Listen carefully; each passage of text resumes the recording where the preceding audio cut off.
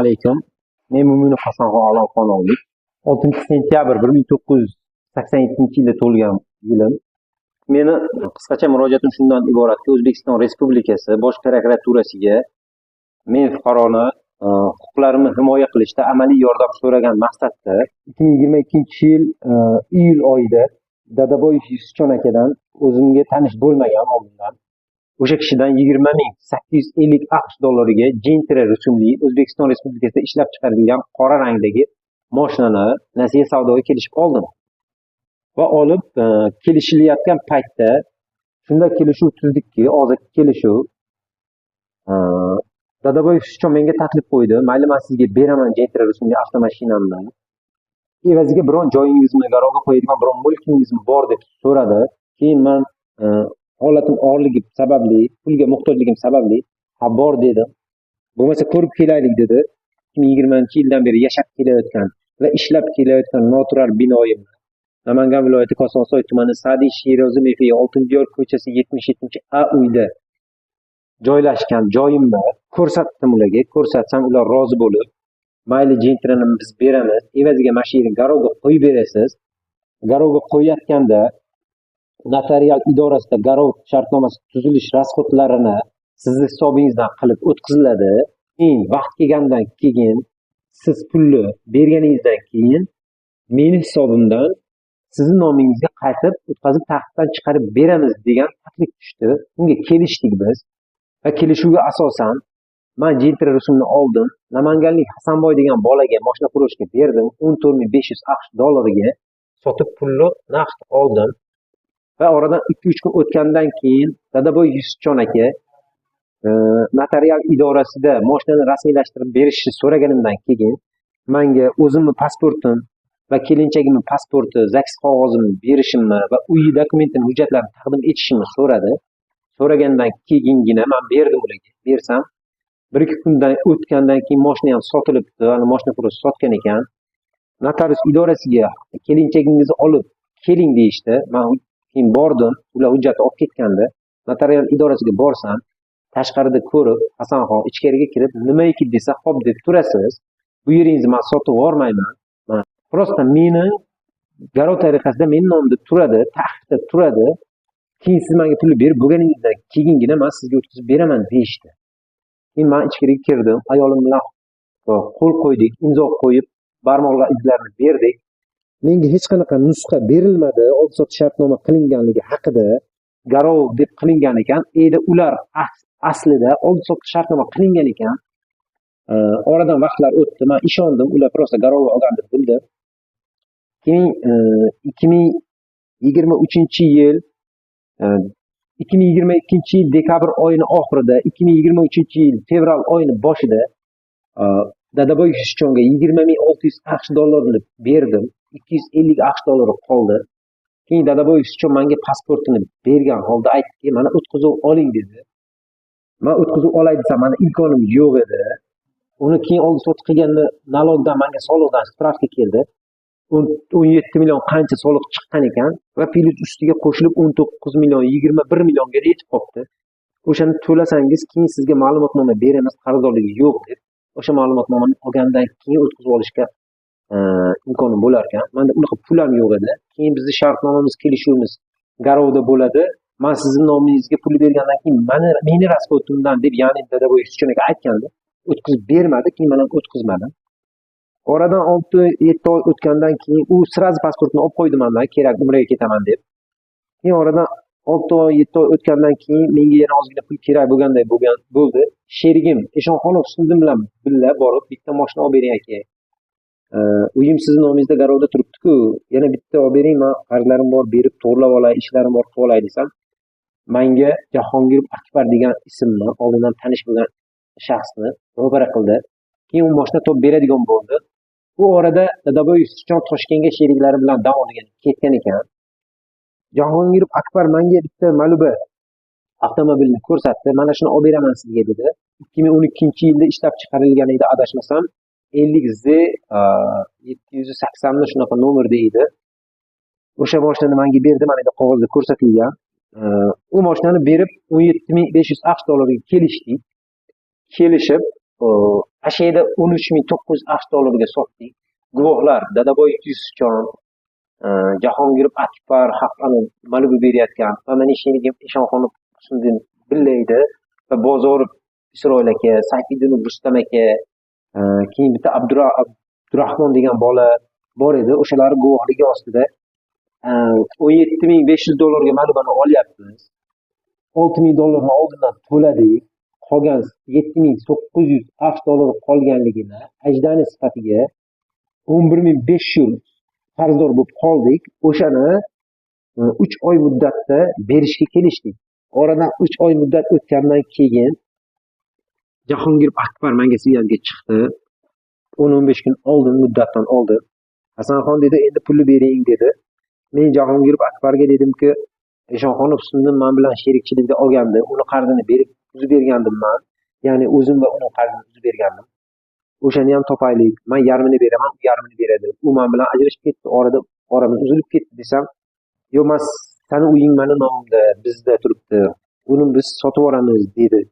Nimaga deganda, uni agar pulni bera olmasak, Dadaboy Yusufjonning nomida garovda turgan uyi, ya'ni mening mulkimni qancha pulga olsa, mana shu joyi $50.000 ga olsa, 11.500 olib qo'yadi, qolganini bizga berishga kelishilgandi. Video syomkada o'tkazib berasiz deb turing, sotib olmaymiz degan iltimos kiritildi. Shunga biz rozi bo'ldik. Keyin oradan 3 oy o'tgandan keyin pulni bera olmadim. Akbar keldi, ja'ani Husniddin topolmadi. Husniddin oradan 3-4 kun o'tgandan keyin Husniddin kelib, "Xullas, men bir tiyin bermayman. Hasanxon akaning uyi sizlarning nomingizda, nima qilsang qilaveringlar. Bunga meni daxlim yo'q" dedi.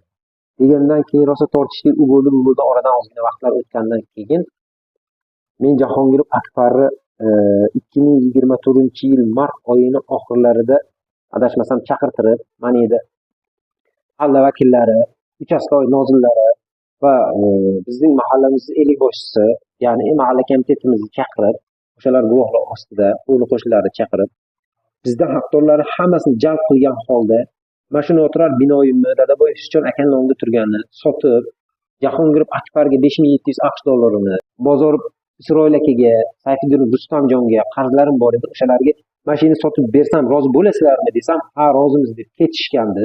Mashina guvohlar bor edi, ichki ishlar xodimlari ham bor edi. Keyin 11:30 kechasi 11:30 ga yaqin Husniddin keldi onasi bilan birga.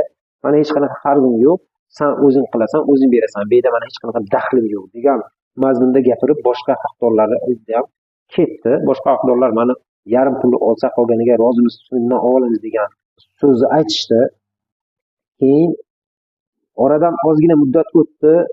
Taxminan aprel oyining 13-larida Boqiyev Farhod ismli shaxs kelib, "Bu yer meni nomimda, bu yerda kim ishlayapti" deb meni chaqirtirib, menga "Bu yerni bo'shatib qo'y.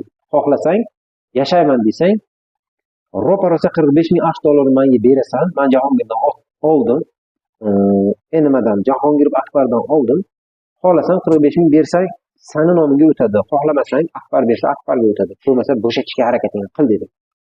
Keyin men Jahongir Akbarni topib keling. Kimdan olgan bo'lsangiz, o'shanga aytasiz gapingizni. Menga aytmaysiz desam, jahl qilib ketib, oradan hech qancha muddat o'tmasdan 20-aprelniki 20-mayga 2024-yilga Namangan viloyati Yangiqo'rg'on tumani fuqarolik ishlari bo'yicha sudga murojaat kiritgan, ariza qilgan ekan. O'sha arizaga asosan meni sudga jalb qilish boshlandi. Sudga guvohlar ham bormadi, sherigim ham bormadi va men o'zim 1-2 marta qatnashdim. Oxirgi paytda 4-martasida hali guvohlarni jalb qilganda ham bormagandan keyin men ham bora olmadim. Imkoniyatim yo'q edi, yo'l kiram ham yo'q edi. Bormasam sud Boqiyev Farhod akani foydasiga chiqarib qo'yibdi. Orada ancha muddat o'tib, biz uni qaytib nima qilamiz deb apellyatsiya beramiz dedik. Taftish qilamiz dedik. Hamma sudlarda yutqizib kelyapman shu kunga qadar. Orada qarzlarim hali kelib rozi bo'lgan odamlarning ichidagi qarzlarim ham kelib meni yozishdi. Qamoqqa kirdim. 30 kun qamoqda o'tirgan chiqdim. Na Eshonxonov Husniddin menga qarashmayapti. Ba'zi qarzlar bo'yicha na bular meni tushunmayapti. Hozirgi kunga kelib 2025-yil 12-may kunida majburiy ijro bo'yicha majburiy chiqarish bo'yicha nima chiqqan, qaror chiqqan, o'shanga chiqarilyapti. O'shanga men O'zbekiston Respublikasi Bosh prokuraturasiga murojaat qilishim, iltimos menga amaliy yordam ko'rsatib berishingizni so'rayman. 102 ga qilgan murojaatlarimda oldindan ichki ishlarga murojaat qilgandim. Ichki ishlardan rad xati chiqdi. Keyin mana 102 qilib bergandim. Kosonsoy tumani ichki ishlar bo'lim boshlig'i R.R. Karimovdan javob xati keldi. Javob xatida mazmuni qisqacha qilib aytaman. Shunday deyilyaptiki, Mo'minov Hasanxonov 102 ga qilgan arizasiga asosan 2024-yil 15-16 avgust kunlarida Kosonsoy tumani Bo'qo'ycha MFIda yashovchi fuqaro Yu Dadaboyev bilan o'zaro kelishilgan kelishuv asosida Gentra rusumli avtomashinasini 4 yil muddatga nasiya savdoga 20.850 AQSh dollariga kelishib, garov tariqasida o'z nomimda bo'lgan boshqa turdagi mana shunday yozilgan turdagi ko'chmas mulkni notarial idorasi orqali o'z xohishim bilan Yu Dadaboyevni nomiga o'tkazib belgilangan vaqt kelganda kelishilgan pulni to'lay olmaganligingiz shu sababli Yu Dadaboyev boshqa notarial joy turdagi ko'chmas mulkni boshqa bir shaxsga nomiga notarial idorasi orqali o'zlashtirib berganligini yuqorida holat bo'yicha Yangiqo'rg'on tumanlararo fuqarolar ishlari bo'yicha deb mana shu yerda 4 yil muddatga deyilyapti. 4 yil muddat emas, 4 oy muddatga. 4 yil muddatga bo'lsa 2022-yil iyul oyida bo'lsa 2026-yil iyul oyidan keyin o'tkazib bo'lsa so'roqi, mana uni so'roqi. Bu yerda ichki ishlari texnik xatoyimiz deb aytadi. Buni bilaman, tushunaman. Lekin 4 yil emas, 4 oy muddatga mana shu yerda 4 yil deb yozilgan. Bunaqa emas, 4 oyga bo'lgan. Uni pulini men berib bo'ldim. O'shanga amaliy yordam so'rayman. Hozir 4 nafar farzandim, 3 nafar maktabga chiqadi, 1 nafar hali yosh, 3 ta o'g'il, 1 qiz otasiman. Ayolim bilan men ba'zi tanamizda ba'zi yetishmovchiliklar, ba'zi bir bosh og'riqlar, yurak siqishlariga kelib chiqyapti. Endi salomatligimizga ham ancha tur yetib qolyapti. O'shanga amaliy yordam so'rab Prezidentimiz Shavkat Miromonovich o'rtaga qo'shgan holda mana shu qonunni o'sha kishi chiqargan fuqarolarni himoyaga olinglar deb. Mana shularga shaffof va halol va qonuniy chora ko'rib berishingizni so'rayman, iltimos qilgan holda. Hozirgi kunda men ularga pulni berib bo'lganman. Ham pul beryapman, ham uy joyimdan ajralyapman.